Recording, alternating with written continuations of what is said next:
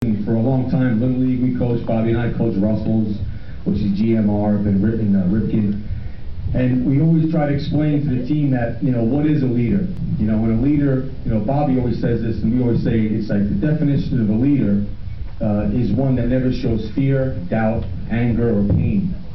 And there are a lot of kids on this team like that. They go out, play hurt. We was talking to a parent before about their son right now who's hurt, and he still goes to work out all the time, even if he can't work out. He won't tell the coach that he's hurt because he's that dedicated, to work out and try to be on that team and be a true player. Well, if the definition of a leader is one that never shows fear, doubt, anger, or pain, then this young man is a true leader. Throughout his entire Babe Ruth career, he never ever put himself before the team. The team always came first, and his focus every single year has been nothing but team goals, not individual goals.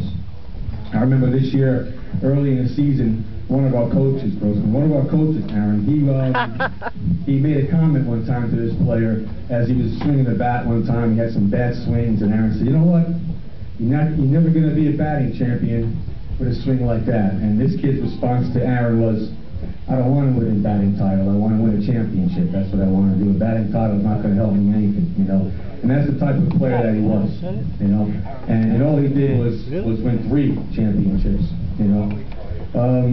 There's one thing. It's so important as a coach and as a team to have your 15-year-old players, show emotion and be interested. A lot of teams that I see don't have that, One thing about this player, like even we had practice during the week, and he had high school practice, and he made it a point to come to our practice even after his high school practice because he knew what it was all about. He understood what it was to be a captain of the team. He understood what it was to be a leader. He understood that he had to show his face at practice so people can look up to him.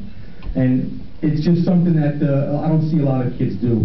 And he always did that, He'd be tired, and I remember telling him, just take a break, go on the side, don't worry about it, just go play first base. No, I want to get involved, I want to go out there and get involved, So he understood what it was like, even when he was 13 years old to do it. It was amazing how when he started out that way, He always set an example, Usually when you're 15 years old, you just go through the motions, But it was never the case with him. He would be the first one in the dugout cheering, be the first one pumping kids up.